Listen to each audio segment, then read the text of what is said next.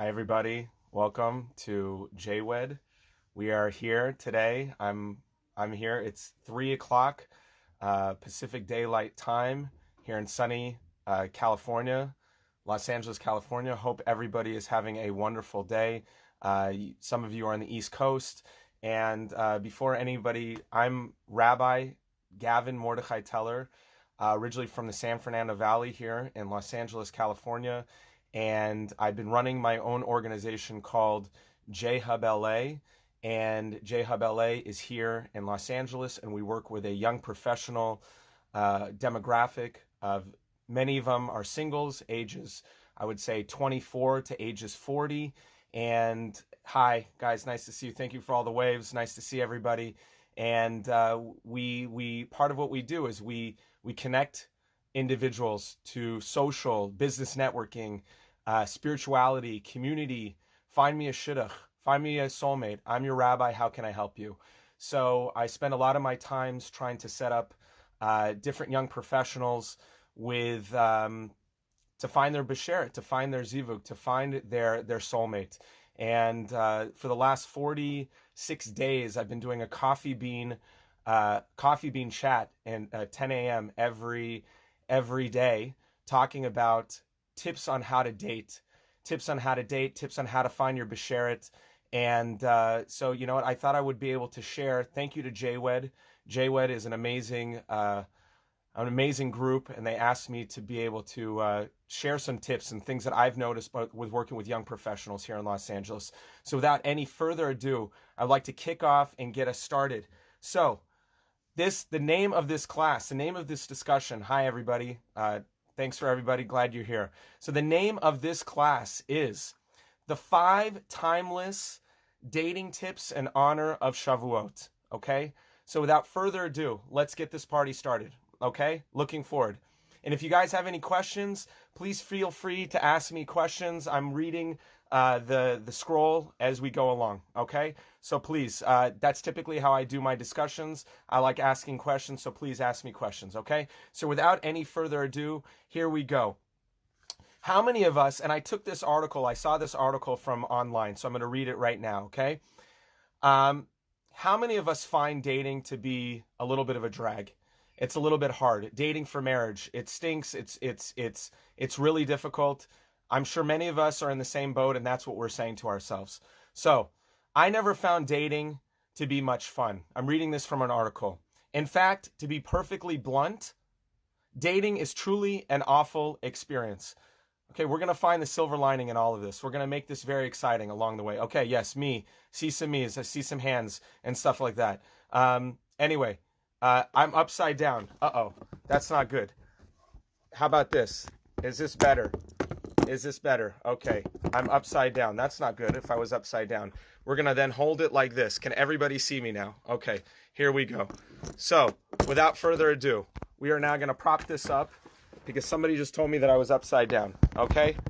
So, hopefully you can see me now. Okay? Sorry about that. Better. Thank you. You know what? Technology these days, we never can do it. I had this nice little prop, and it propped me up, and here we are. Okay, here we are. Here we are. I never found that dating was ever to be fun. In fact, to be perfectly blunt, dating is truly an awful experience. Okay? Unless you are dating the one. My own road to engagement, this person just got engaged, this person just got married, who I got this article from, is not exactly paved with a red carpet, with glowing rainbows and twinkling stars. On more than one occasion during my dating journey, I took roads that were dead ends and just kept going forward, even when the pavement and clearly ended miles behind. How many of those? Now your portrait. You were landscape. Can you guys see me? Is this okay? Everybody can see me now? Here we go. Is this better now? Is the portrait better or is the landscape better? I'm going to keep it as portrait, okay? Hopefully portrait is okay for you guys. Okay, here we are. Thank you, Phoenix. I thought these relationships weren't working because I wasn't trying hard enough, or doing or saying the right things in the right time. Thank you.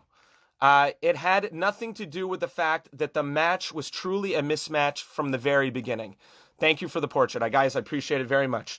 I can't even be sure that I was ready to get married in any of these relationships. I was too busy trying to work through my own unresolved issues to even seriously consider marrying any of these women that I was dating. But I do believe that I learned something very valuable, important from each dead end that I went on every date that I was in, okay? Here are the 5 lessons that we are going to take away dating right now. So everybody get your pencil, get your paper, write it down on your phone. Here are 5 tips. 5 tips that we should walk away from right now, okay? And I will tie it in to Corona, and I will tie it in to where we're holding at right now with coronavirus, COVID-19, etc., etc. So here we go. Number 1. You guys ready to go? If you're just tuning in, this is the path to get engaged. The 5 timeless dating tips that we can all learn according to Shavuot, okay? Here we are. Number 1, you must truly desire marriage. Now you're going to all look at me and you say, Rabbi, I want to get married. I really, really, really, really want to get married. So I'm telling you right now, I'm sharing with you right now. See what I said? Want. I really want to get married. How about this? Do you really need to get married? Do you really need to get married? That's the difference. How many of you truly desire that you need to get married? Okay, so let's see what it has to say right now. 2 months ago, before this gentleman met his wife, before he met his wife, he said something that was just very poignant. He was having a conversation with a woman at a Shabbat lunch about dating. She said to the guy, doesn't the idea of marriage scare you? How many of you honestly feel that the idea of marriage scares you? The gentleman in this article responded to her by saying that I was more terrified of not ever getting married and remaining single for the rest of my life. It was at that moment that I realized that this guy who's writing this article realized that it's not that it was really truly a necessary idea that this guy needed to have his besheret at that moment, because he said to himself, I can't ever spend the rest of my life alone. I'm never going to be able to spend the rest of my life alone. Therefore, I truly desire to have a besheret right here, right now. Do you have any advice? We might address that later. I'm going to stay with the point, okay? So here we go. This is an important first step for those who want to get married, okay? It's not enough to feel like you want to get married. You have to feel like you need to get married. I want to see a movie tonight, but who knows if I will get around to do it. I need to get up and go into work every morning, or I need to get up and brush my teeth. It has to be that same kind of need. I need to spend the rest of my life with somebody else. Without this desire, you're better off staying home and renting a movie. Okay? You're better off staying home and renting a movie, meeting a friend for a coffee, learning Torah, reading a book, watching a game. You're not ready to date for marriage. So number 1, what do you think about language barrier? In Spanish spoken, and about meeting an American girl or London girl or German girl, Jewish. We'll get into that point a little bit later. It comes down to values. Ultimately, at the end of the day, if there are 3 things that you need to figure out when you're finding values with another human being. I'll get into this a little bit more. But number 1, you need to share values with them. Number 2, you need to have an emotional connection to them. And number 3, you need to be physically attracted to them. Okay? So as long as those things are in play, values, emotional connection, can you spend 8 hours a day with this person, and are you physically attracted to them? Then, you know what? You'll be able to find your besheret. But going back to the 5 timeless dating tips in honor of Shavuot. Number one, you must truly desire to get married. It's not enough that I want to get married. It needs to be, I need to get married. I need to get married. This is something the same way that I need oxygen, the same way that I need air, the same way that I need water. I need to get married and I need to share my life with another human being. That is ultimately what we need to do. 8 hours a day with someone doesn't make an emotional connection. No, it does not. It doesn't make an emotional connection. You are right about that. However, though, good communication. Are you able to have good conflict resolution? Are you able to share your moments with that person? That's more or less what I meant by that. So yes, proper communication, shared values, and having physical connection.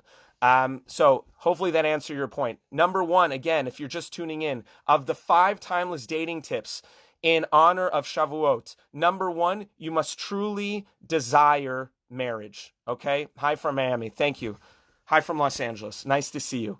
Number two of the 5 timeless dating tips in honor of Shavuot is avoid wasting time. I know my wifey is on. She's a happy wife, or it could be my kids. I don't know who's on. But if you're not physically attracted, but he's so nice, eventually you can be with him. No, again, you need to basically have a physical attraction. If you're going to basically come to the point where you're going to feel completely repulsed by that individual, then you're not doing anybody a service. You're not doing a mitzvah.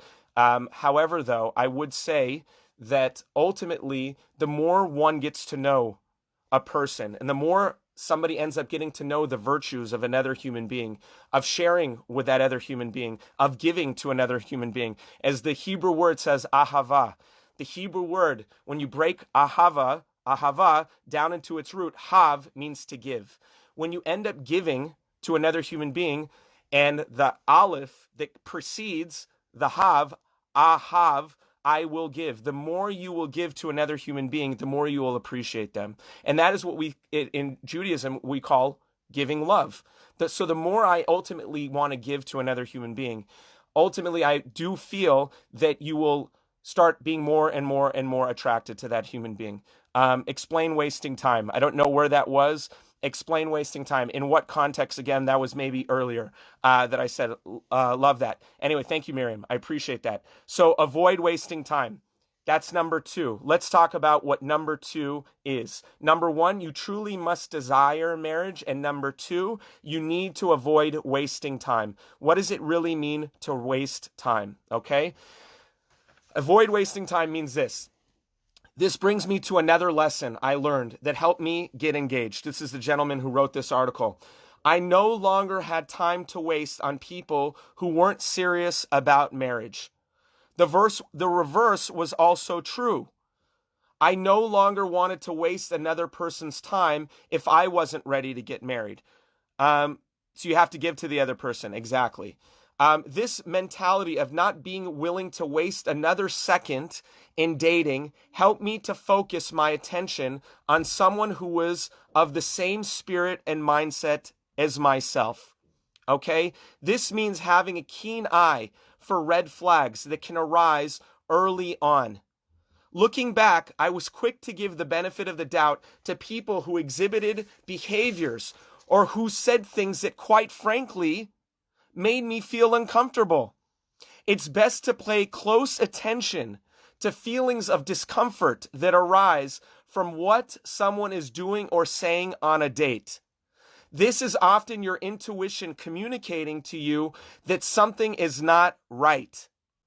But be careful not to be mistaken your own fears and insecurities for genuine intuitive moments, which leads me to the next point. So here we are. What does it mean to waste time?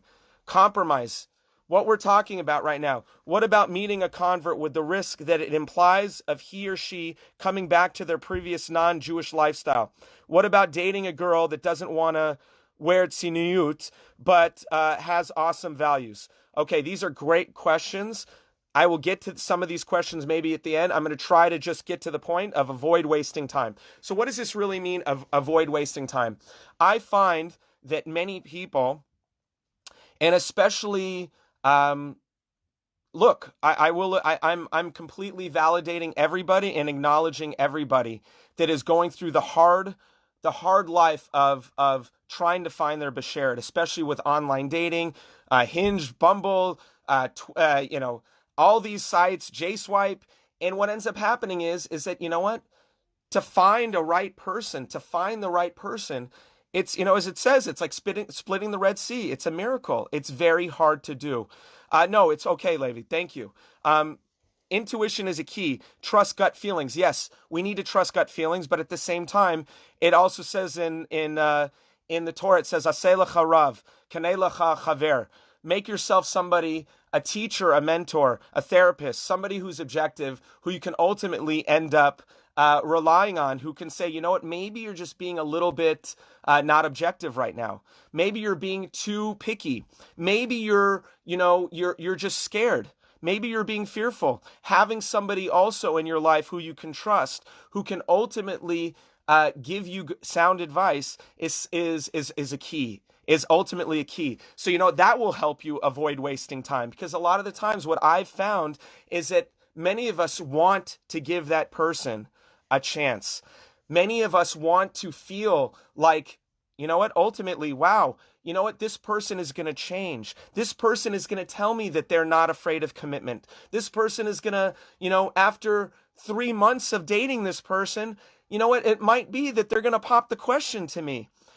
And we're going to wait. We're going to wait. We're going to wait. Before we know it, it gets to 6 months. Before we know it, it gets to 8 months. Before we know it, it gets to 10 months. And what ends up happening is that we've been wasting time because we were too afraid, as somebody said earlier, to communicate what our standards are and what are our aspirations, what we want in the relationship.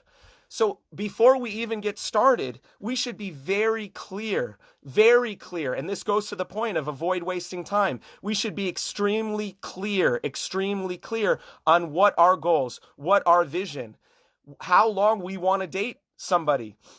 If you want to date and you say to yourself, you know what, I'm going to get engaged 10 dates or less, make sure that you find somebody who also has those similar goals and similar values as you do.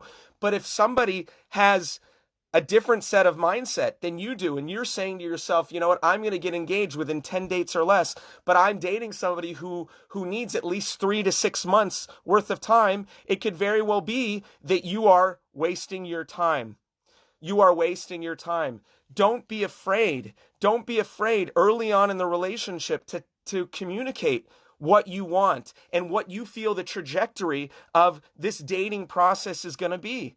Don't be afraid to say it outright. On some level, the person is going to respect you that much more. And the person will never feel like, oh my gosh, they completely bamboozled me. They completely threw this out of left field and I didn't see this one coming. And you, the person who's now been dating this person for 3 months, you will also feel good knowing that you communicated with this person what your goal, trajectory, your vision is of the relationship. Before you hire somebody, before you go into a job, you're darn well going to try to know what's the expectation of what your potential or future boss has for you before you even start the company to begin with.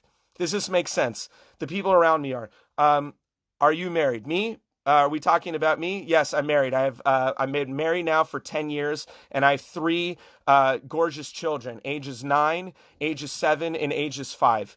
And we live here in America. We lived in Israel for 6.5 years, and I'm a rabbi here in Los Angeles. And I run this organization, cool old organization called JHubLA's, and we work with young professionals, ages 25 to ages 40. We do a lot of social events. We do a lot of community events. We do business networking.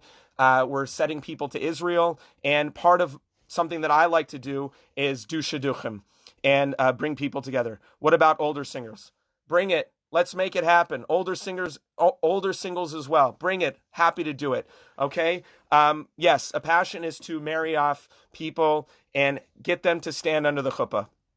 Hello from New York, JHub. Nice to see you, Rachel. Thank you. Lizzie D, thank you. We love you. Okay, so number one, you must truly desire marriage. You must truly desire marriage. These are the 5 timeless dating tips in honor of Shavuot. Number 1, you must truly desire marriage. It's not enough to say, I want to get married. You have to say the same thing, the same way that you want this Arrowhead water, the same way that you need water in the desert and you're parched. You need to say, I need water. I need to live. I need a besheret. Yes, we are dealing with older.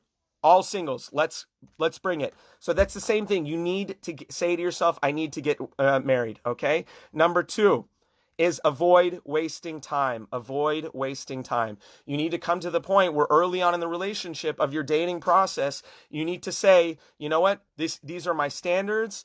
These are my goals. This is my vision, and this is where we are going. And you know what? If somebody is not up to your standards, then you know what?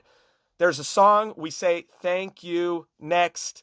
You have to move on. You have to move on, and don't feel bad about it. You should say to yourself, it's a privilege to date me. It's a privilege to date me.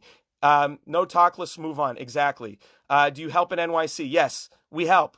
We help. Be in touch with me. Okay, so thank you, Miriam, for finding that funny. So yes, avoid wasting time. Moving on. Number 3 of the 5 timeless dating tips in honor of Shavuot. Number 3 is remember that self-sabotage is deadly. Yes, Jerusalem as well. We're worldwide. Even though it says JHubLA, it could be JHubYP, JHub Professionals, whatever you want it to be. Is desperation a good basis for marriage? Here's the thing, is that when somebody ends up seeing you, you know how that whole thing when it's talking about deer caught in the headlight? And somebody ends up seeing you like you're a deer caught in the headlight, and the deer doesn't know how to move right or left.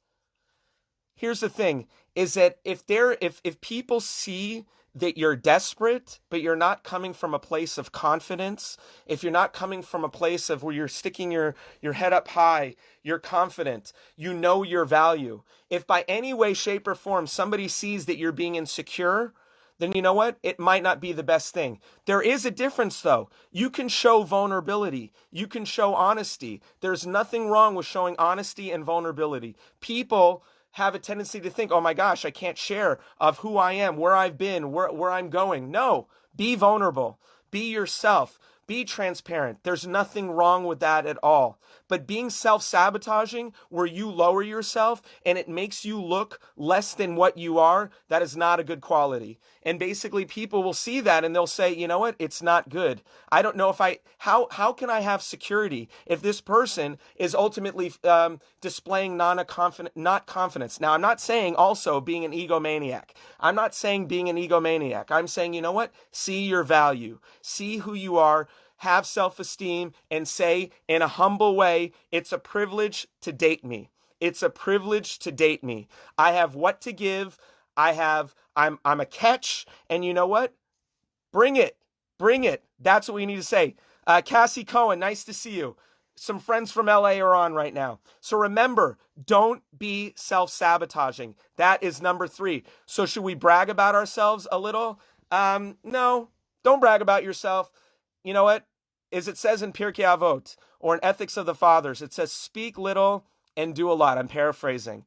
You don't always need to be the one, hey, look at me, hey, look at me. We also don't want to necessarily be the one who's raising your hand and being the know-it-all. No, when the opportunity comes that, you know what, you're being asked a question, then raise your hand and say, you know what, I know the answer. You're asking about me? Sure, I'd be happy to. One major thing is to be curious about the person that you're dating. Okay, be curious. There are people here. Yes. Anyway, remember that self-sabotage, number 3, is deadly. What does that mean? It's absolutely imperative that self-sabotaging behaviors and tendencies are purged out of your system before pursuing any kind of goal or dream, marriage included. Getting a job, finding your besheret, coming up with a company. You are talking to men. What do you mean I'm talking to men? Talking to men about self-sabotage? No, I think I'm talking to everybody. Everybody needs to be remove self-sabotaging. Yes, talking to men regarding like don't speak about yourself. Yes, it's important that everybody needs to have confidence. Okay, it's important to have confidence. The article here, it says, my self-sabotaging symptoms express themselves in job conflict, picking unavailable partners, and stability boredom. Each of these needed to be weeded out of my consciousness before I was ready to meet an available, stable, and healthy partner. Before I move on to what about women? A dose of humility. This is speaking to everybody right now. A dose of humility is essential here.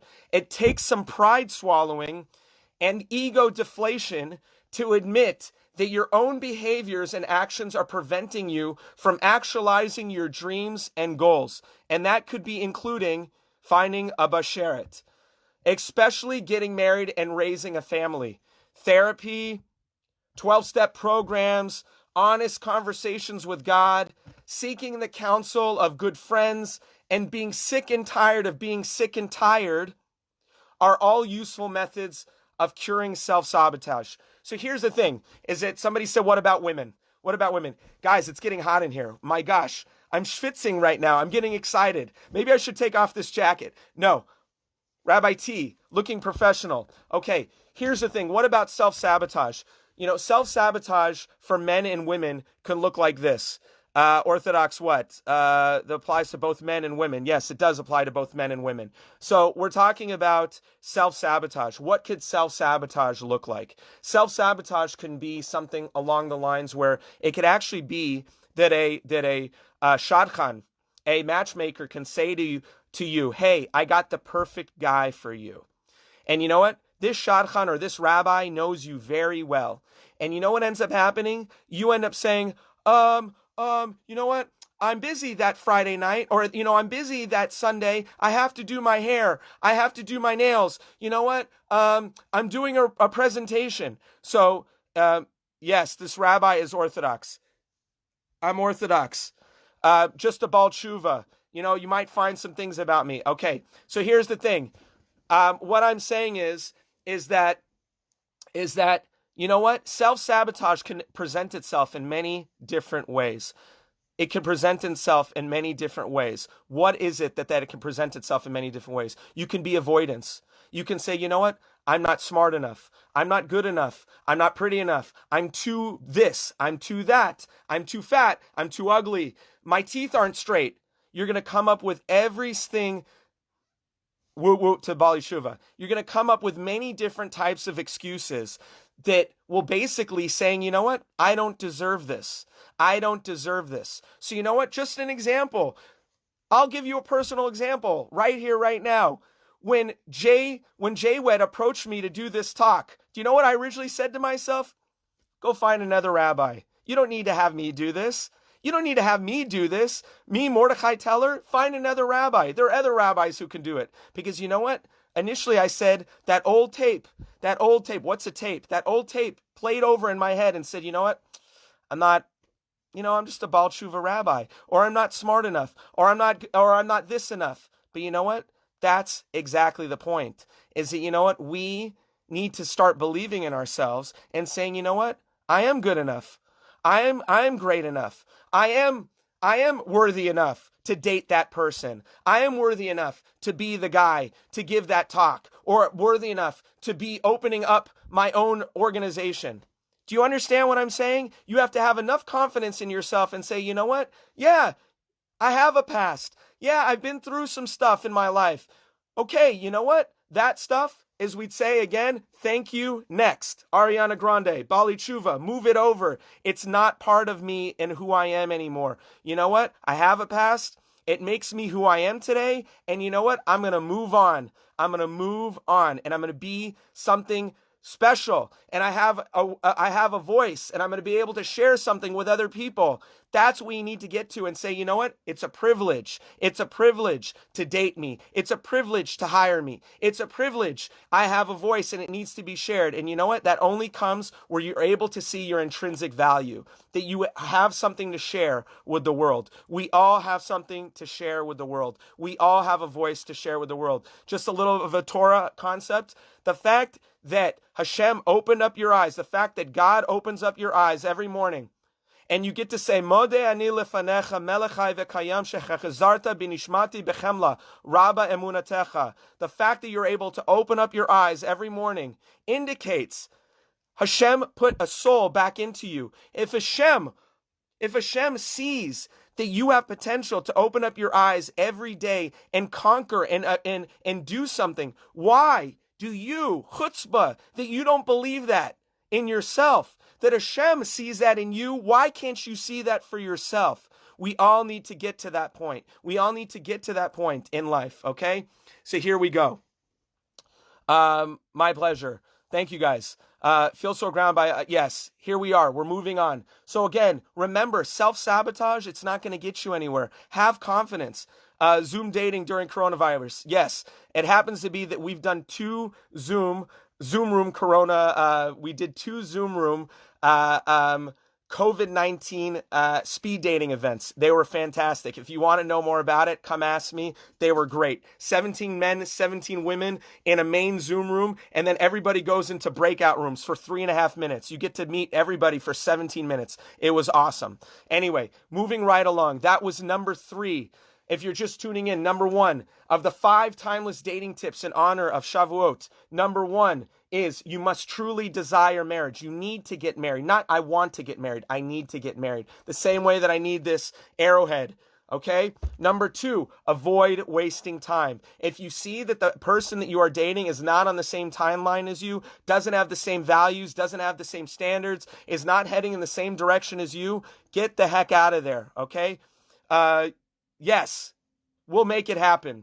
Israel Zoom Room. Number 3, remember that self-sabotage is deadly. Remembering that self-sabotage is deadly, it won't do you any good. Get to the point where you have enough courage in yourself and you can say to yourself, you know what, I'm valuable and I have a voice and I have what to give.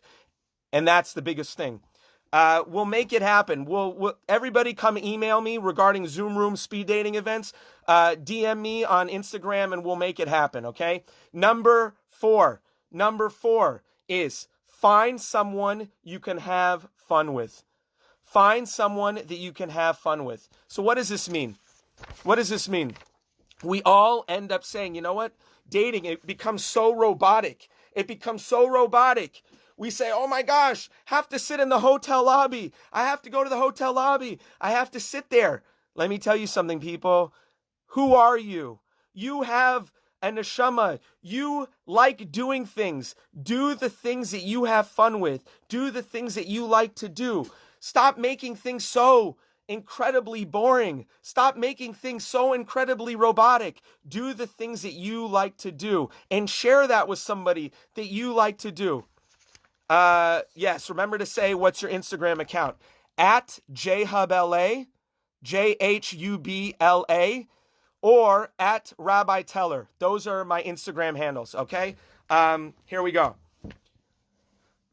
I used to always just be on Facebook, but you know, these rabbis, they have to get with the times. You know, you have to get with 2020, so now I have Instagram, okay? So if it doesn't look like I have as many followers, here we are. Find someone you can have fun with. 5 months ago, this person who wrote the article, fun would not have been the first word I would have used to describe the dating process. Nor would it have been the 2nd, the 10th, the 50th, or the 100th word that I would have described.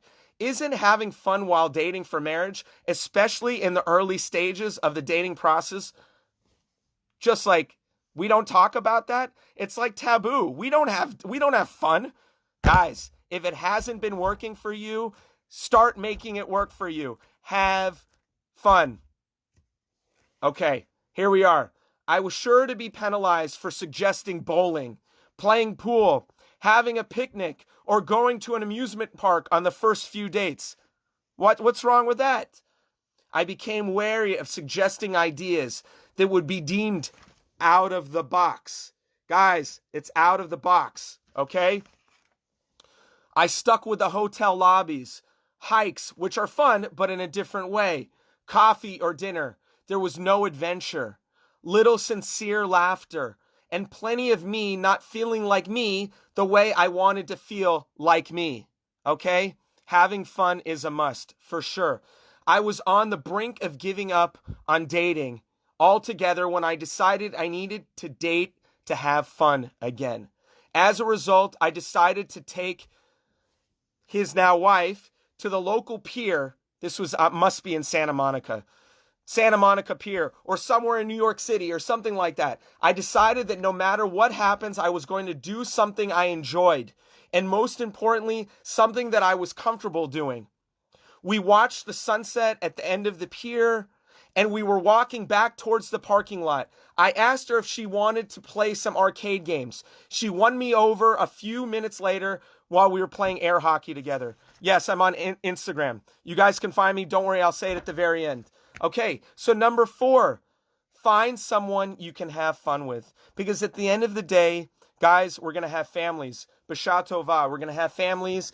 We're going to have lots of seriousness. We're going to talk about mortgages. We're going to talk about loans. We're going to talk about things that are hard in life. But at the end of the day, the thing that's going to keep you and your spouse together, or the person that you're going to be dating with, is that, you know what? Through the good times and the bad, you end up needing to have fun with your wife or your husband. You need to know if it's Harry Potter, if it's playing Dungeons and Dragons, if it's going to baseball games and seeing the Dodgers play, or the Yankees, or the Mets. Whenever that happens again, you need to know that you need to be able to have a good time. Because you know what? There are going to be lots of little babies, b'sha tova, running around your house. And you know what? There's going to be a lot of stress. And there's going to be a lot of hardship. So you know what? At the end of the day, when the kids go to bed, you're going to need to bring out the board games or whatever it is. You guys like making sushi together. You guys like, talking about all the tuna hand rolls that you like. That's got to be. You need to have a good time. You also have to have the same religious level of observance. That goes without saying. As we went back to the previous point, you need to basically you need to know you have to share values. You have to have good emotional intimacy with that person, and you need to be physically attracted to them.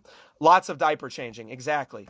Okay, so that is number 4. Find someone you can have fun with. All right, we are moving on to number 5. Number 5 is, I lost my piece of paper, but I'm back. Okay, number 5. You know what? Netflix is a good thing. Sometimes you need to have the Netflix, but you know what? If you have fun with your wife doing Netflix, that's the most important thing. Okay, number 5 of the 5 ways, timeless dating tips in honor of Shavuot. Number 5, know what you need in a marriage partner. Know what you need in a marriage partner. Now this, I kind of touched on this earlier and I just said it. What is it, what you need in a marriage partner? Okay, there's a famous rabbi in Jerusalem. His name is Rav Mati Berger. He works for Aisha Torah. And he said, when you get married to your spouse, do you love your spouse when you get married? He said, no, you don't really love your spouse. You only married your spouse because you know what? It felt good for you. And you know what? If you really loved your spouse, you would have her date somebody better than you. So here's the thing, is that I just needed to say that. Know what you need in a marriage partner. Know at the end of the day, how are you going to get to Ad Mea V'Esrim? How are you going to get to 120 with this person? How are you going to basically make it through the good times and the bad? You need to share values with this person. You need to know what your non-negotiables are. What are your non-negotiables? So here's the thing. I'm a Baal Tshuva. I already shared that with you. I'm a Baal Tshuva, and I happen to marry a Baal Tshuva as well. I'm not saying that I couldn't date somebody who was religious from birth, but me personally, I wanted to marry somebody who understood what I had to go through. In choosing the religion that I did. I also was living in Israel at the time. I knew that I wanted to be an outreach rabbi, which I happened to be an outreach rabbi. I knew that I wasn't going to be staying in Israel forever. I knew that, you know what, I needed to share my life with somebody who wanted to go back to America to do outreach and to bring lots of Jews together. So you know what? I knew that what I needed in a marriage partner. That's exactly what needed to happen. Again, I also married a Russian woman. I married a Russian woman who moved to the States when she was 12 years old. I knew personally that I was attracted to an immigrant. Why was I attracted to an immigrant? What was that boggled my mind that I needed an immigrant? I'll tell you why. Because you know what? My grandparents, my father's parents, grew up in Germany and Bulgaria. They moved to then Palestine. And after World War II, they were They were there in 1948 when Israel became a state. And you know what? I saw my grandparents, this old school European Jewish mentality. They moved to the States when my dad was a young child. And I was raised by my grandparents. I saw how loyal they were to family. I saw how incredibly hardworking they were. I saw how thrifty they were. I saw that they needed to learn a new language. I saw all these things that, surprisingly enough, I didn't know this when I was younger, but they were such important values to me. So you know what? When it says, number 5, know what you need in a marriage partner. I knew that when I was going to be dating my wife, Miriam, then Aveti Kova, now Miriam Teller, when I was dating her, I was so attracted to the fact that, you know, she was an immigrant. She had to work hard. Her relationship to her parents, you know, the fact that she had to learn a new language. These were all things that I needed. Sanaa Sazigar, my friend. LA people. Wow, love that. Nice to see you, Erica. Wow, people from LA are tuned in. Nice to see my peeps. Hope you're doing well. So yes, when I was dating my wife, I was completely attracted to the fact that she had high work ethic, high work value. She was connected to her family. She was an immigrant. She had to do ceramics intertwined. Yes, my sister-in-law is on. Hey, how's it going? Anyway, she also had the similar story that my wife did. So that's all I'm trying to say. Trying to see that, you know what you need in a marriage partner. Appreciate it. Know yourself. Know yourself so well. The only way that you're going to be able to appreciate what you need in a marriage partner is that you have to be so 100%. Who is Mordechai Teller? I can tell you. Mordechai Teller, born April 7th. You know yourself. You say you are Mordechai Teller. You have to have such clarity with who you are as an individual, of what makes you tick. The inner kishkas, the kishkas that you find inside of a cholent pot on Shabbat. You have to know yourself so well that when somebody challenges you and says, who are you? You can say, duh, I know who I am. Once you can answer yourself so well in who you are as a person, I guarantee you, you're going to be able to find a marriage partner much easier. You're not going to be wasting your time, as we went back to number 2. Once you know yourself so well and you know what makes yourself tick, then you know what your values are going to be, and it's going to be that much easier, hopefully, to find your basheret. The entire recording will be available on JWed's YouTube. Great. Because people have been asking me, how are we going to be able to find this? Go out of your way every day to make the other person feel special. This is so important. Thumbs up to you too. So, this is what it's saying. That was Rabbi T-isms, putting it in there. Shortly before meeting the person, I figured out what I truly needed to find a woman. Okay, what is that thing that you need to find a woman? I'd considered before I'd consider marrying her. It was a short list, something I strongly recommend. Come up with your 5 non-negotiable values. This is something that I needed to do. Who are you? What are your values? Write them down. Write your values down. For those of you who are listening, I do this series. It's called the Pro Series. Pro Series, if you want to ask me what it is, for all the Pro Series people that are listening, part of the assignment that I give them is, what are your 5 values? What are your 5 values? Hopefully, once you can identify what your 5 values are, see when you start dating somebody if your 5 values match up with the other 5 values of another individual. Okay? If it happens to be something so blatantly honest that you want children and the other person doesn't want children, sorry, Charlie, you're in for a rude awakening. It's going to be a very hard dating process. So set that up early on. Okay? So what does he say? I needed 3 things. What were those 3 things? A woman on my level of religiosity. That seems so obvious. It's amazing. Thank you, Rachel. It seems so obvious. Somebody who's on the same level of religiosity. A woman who had at least worked through some of her childhood issues. This applies for guys and girls. And as mentioned before, someone I can have fun with. Okay? This seems pretty obvious. These were his 3 non-negotiables. I would say, know what your 5 non-negotiables are. This was his checklist. I was unable to compromise any of these items. Making this short but precise list actually made me somewhat depressed because honestly, I never found all 3 of these items in one person. And I didn't think I was going to. But that didn't matter. This is what I needed.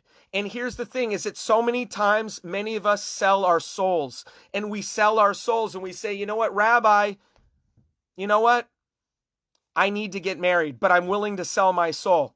Listen, everybody can make their own decisions. I'm not judging. But at the end of the day, if you have belief in who you are as an individual, I promise you, God will hook you up.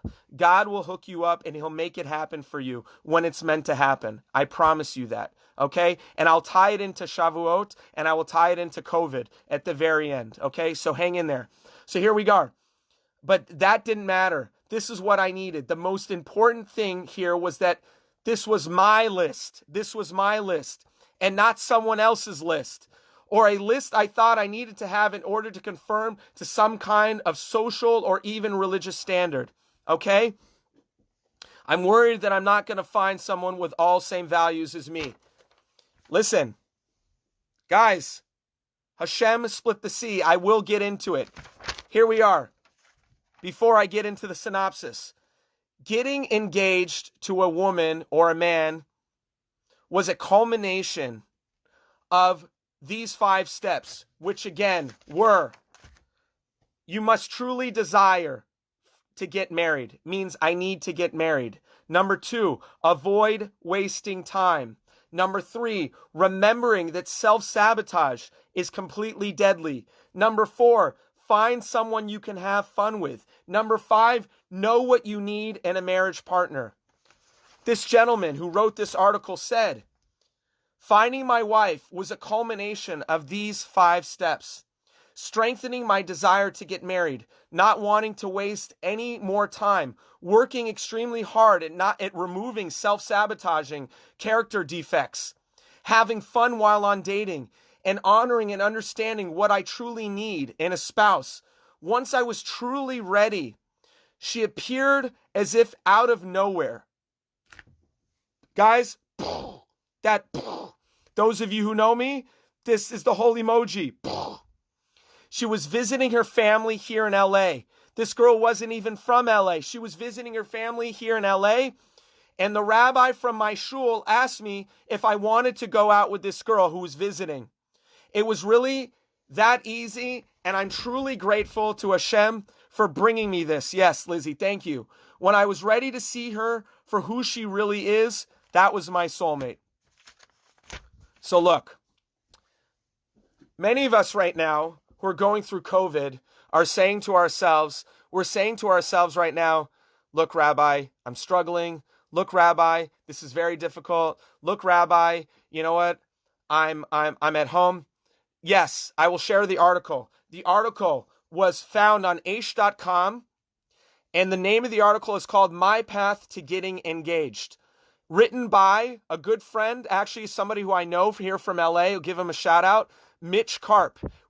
Mitch Karp, who married Megan Karp, they met here in LA.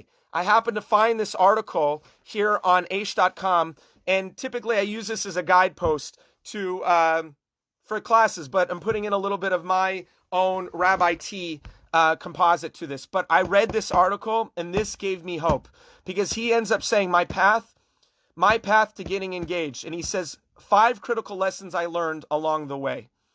So yes, hopefully that answered your question. But here's the point that I want to say, is that many of us are going through a time right now of a lot of unknown, a lot of uncertainty. It's very confusing. A lot of us have lost our jobs. A lot of us are struggling financially right now. A lot of us are saying, God, what the heck are you doing to me right now? And you know what I would say to you? You're right. What the heck? Mitch Karp on aish.com. Yes, that's it. What I would say to you is, it's Karp with 2 P's at the end. Karpp. Mitch. There you go. So what I would say to all of us, including myself, is that, and I'm going to now get personal again. Maybe you like this, maybe you don't, but I'm going to get personal right now. The minute COVID came into existence, I said to myself at the end of 2019, running a company, running an organization. I ran this huge fundraiser at the very end of 2019, and I had all these beautiful plans of what 2020 was going to bring. And I said, you know what, I'm going to do this party, I'm going to do this social event, I'm going to do this, I'm going to do this, I'm going to do this, I'm going to do this, I'm going to do this. And you know what ended up happening? COVID-19 came about. And we all said to ourselves, oh my gosh, what the heck am I going to do about it? So let me tell you something. I'm sad that it took a global pandemic. I'm sad that it took a global pandemic where people have had to lose their jobs, lose their money, lose their lives, have sickness. Not in that order. I feel really, really, really empathetic to everybody right now, all of us, of what we're going through. But somebody, a very wise individual that I know, said this to me. And I took this the minute it happened, is that take this analogy, this mushal, that we're all caterpillars. We were all caterpillars that went into COVID-19. And what is COVID-19? COVID-19 is the cocoon. We are all inside of a cocoon right now. Some of us came into this cocoon like a butterfly. We all are caterpillars going inside of this thing called a cocoon. And ultimately is that we are now inside this cocoon. How are we going to emerge after COVID-19? Are we going to emerge as a beautiful butterfly? Are we going to emerge as the same people that we were, that we went inside of COVID-19?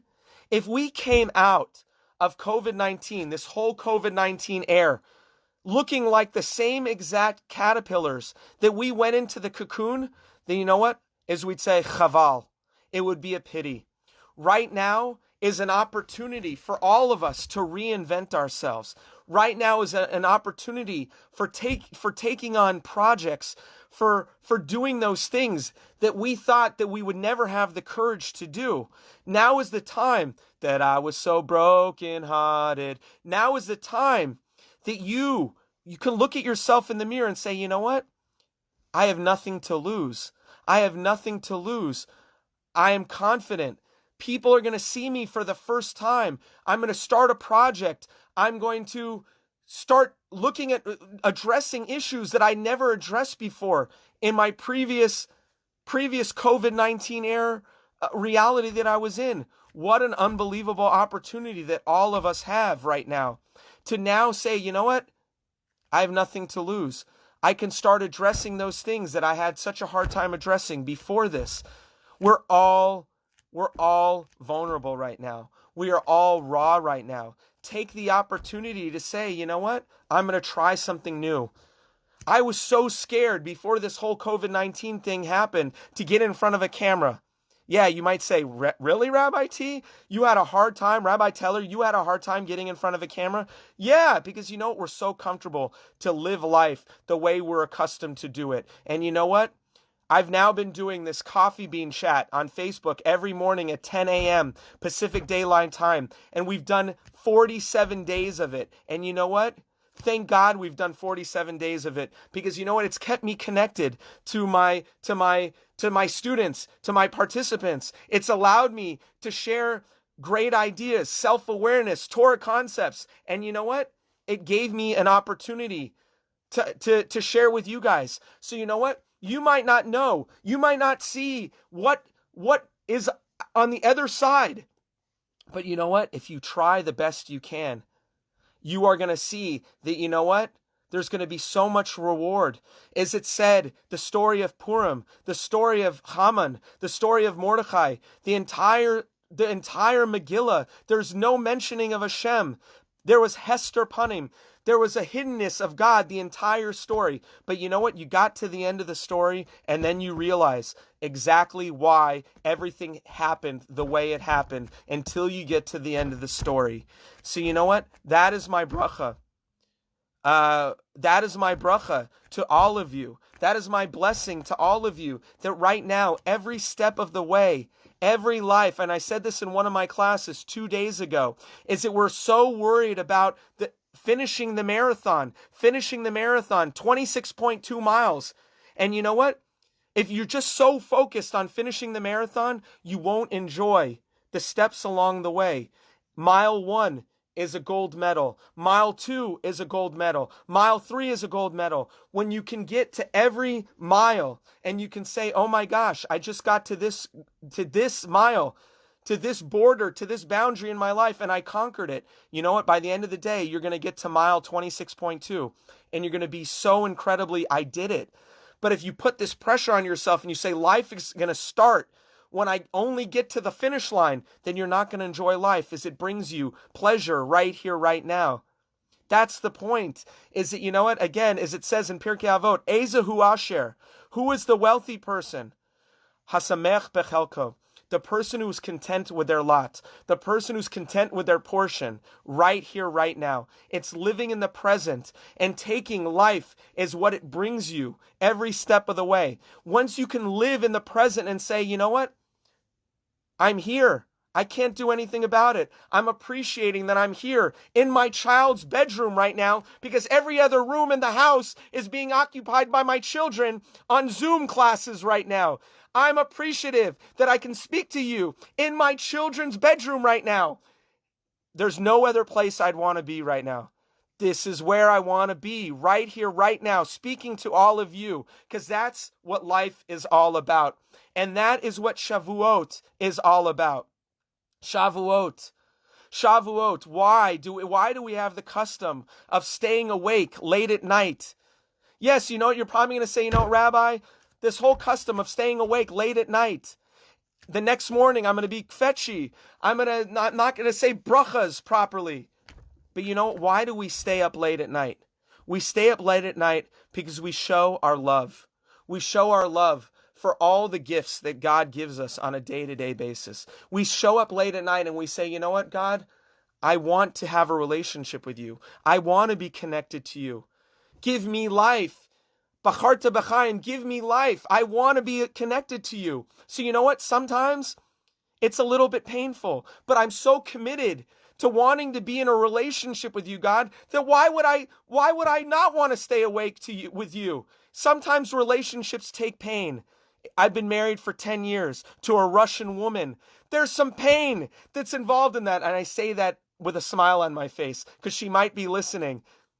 I love my wife. But you know what? Real living requires a little bit of sacrifice, a little bit of pain, a little bit of giving of yourself to be in the moment. And that's the blessing that we should all have on Shavuot. That you know what? I want to have a relationship with you, God. I want to have a relationship with you, God, and I'll do whatever it takes to have that relationship with you. That's the point. I'll do whatever it takes. Some little Imagine Dragons. See, you can't take the Baal Tshuva out of the rabbi. We might quote some Pirkei Avos and we might quote Imagine Dragons all in the same breath. So guys, I give us all a blessing. I give us all a blessing for everybody who's listening right now. Is that, you know what? You be hasamech bechelko. You end up appreciating where you are at your life right now. And you say, what a blessing that I'm here right now, that I can work on myself while I'm in this thing called a cocoon, called COVID-19. And I can be just a little bit, and I can be somebody who's working on myself because you know what? At the end of the day, don't get caught sleeping at the wheel, quote unquote. Emerge from this COVID-19 a better person. Emerge from this COVID-19 a more self-aware individual who has the skills to say, you know what, I'm ready to get married. What a privilege. I've worked on myself. And I give you guys that blessing that we're going to go on. We're going to conquer the day. We're going to receive the Torah. We're going to receive the gift that God is giving us every day. So I leave you with that. I want to thank you guys. Thank you. Put that emoji up. And I want to thank you for giving me the opportunity to speak to you. Again, you can find me on Facebook as Gavin Mordechai Teller. You can find me on Instagram at Rabbi Teller. You can find me on Instagram at JHubLA.